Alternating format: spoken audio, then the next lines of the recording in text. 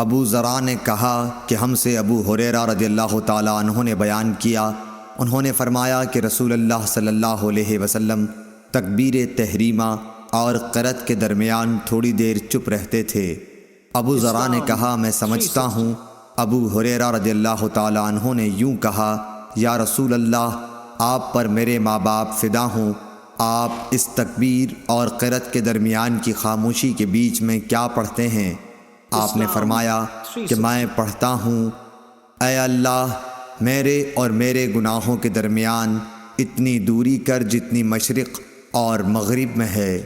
اے اللہ مجھے گناہوں سے اس طرح پاک کر جیسے سفید کپڑا میل سے پاک ہوتا ہے۔ اے اللہ میرے گناہوں کو پانی، برف اور اولے سے دھو ڈال۔ صحیح بخاری حدیث نمبر 744۔